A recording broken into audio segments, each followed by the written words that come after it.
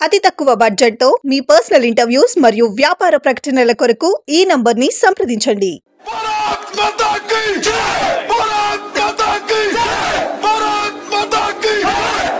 జై Krishna Rajaguru Mohapatra British east India కంపెనీకి వ్యతిరేకంగా పోరాడిన ప్రఖ్యాత యోధుడు। కుర్దా రాజ్యంలో రాజపూజారి సైన్యాధిపతి అయిన ఆయన బ్రిటిష్ వారిని తన ప్రాంతం నుంచి వెళ్లగొట్టేందుకు పోరాటం చేశారు। ఆయన భారతదేశ తొలి స్వాతంత్ర సమర యోధుల్లో ఒకరుగా గుర్తించబడ్డారు। ఒడిశా నుంచి మొదటి అమరవీరుడిగా చరిత్రలో స్థానం సంపాదించాడు। జై రాజగురు 1739 అక్టోబర్ 29న ఒడిశాలోని బిరహరే కృష్ణాపూర్ లో జన్మించారు। 1779లో బాదాంబా గఢ్ వద్ద కుర్దా రాజు జానూజీ బోన్సాల మధ్య జరిగిన యుద్ధం తర్వాత రాజగురు పాలనాధికారిగా నియమితులయ్యారు। 1780లో గజపతి దివ్యా సింగ్ దేవ్ కు ముఖ్యమంత్రి రాజగురువుగా నియమితులయ్యారు। బ్రిటిష్ వారి నియంత్రణను ఎదిరిస్తూ ఆయన గ్రామాల్లో తిరిగి యువకులను సైనిక శిక్షణ ఇచ్చారు। పంచసూత్రి యోజన అనే వ్యూహంతో బర్గీస్ అనే మరాఠా కిరాయి సైనికుల దాడిని ఎదుర్కోవడానికి పథకం రూపొందించారు। 1757 ప్లాసీ యుద్ధం తర్వాత బెంగాల్, బీహార్, ఒడిశాలో తమ ఆధిపత్యాన్ని బ్రిటిష్ వారు పెంచుకున్నారు। 1798లో బ్రిటిష్ వారు కుర్దాపై దాడి చేశారు। అయితే రాజగురు వారి ప్రయత్నంలో విజయం సాధించనివ్వలేదు। ముకుందదేవ్ రెండుకి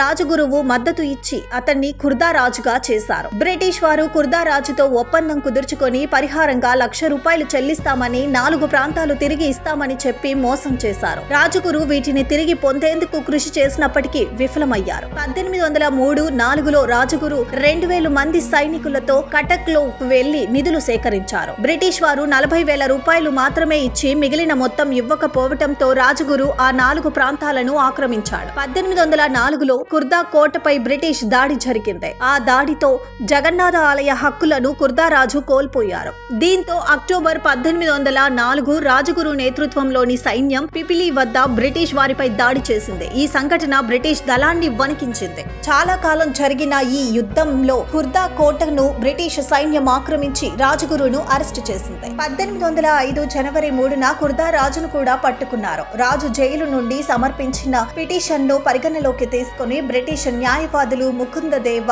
రెండుని విడుదల చేసి పరిష్కారం కోసం పూరికి పంపారు। ముకుందదేవ రెండు తన పిటిషన్ లో తాను నిర్దోషి అని సాయుధాలను ప్రేరేపించినందుకు బ్రిటిష్ వారికి జరిగిన ఇబ్బందులకు రాజగురు కారణమని నిందించారు। రాజగురుపై మదీనాపూర్ లోని బాగిటోటాలో విచారణ అనంతరం తిరుగుబాటు ప్రధాన కారణంగా అతనే అని ప్రకటించి మరణదండన విధించింది। 1806 డిసెంబర్ 6న అత్యంత క్రూరంగా కాళ్లను చెట్లకు కట్టి ఆయన శరీరాన్ని 2 భాగాలుగా నరికారు। జై రాజగురు బ్రిటిష్ పాలనకు ఎదిరించిన తొలి ఒడిశా అమరవీరుడిగా చరిత్రలో నిలిచిపోయారు।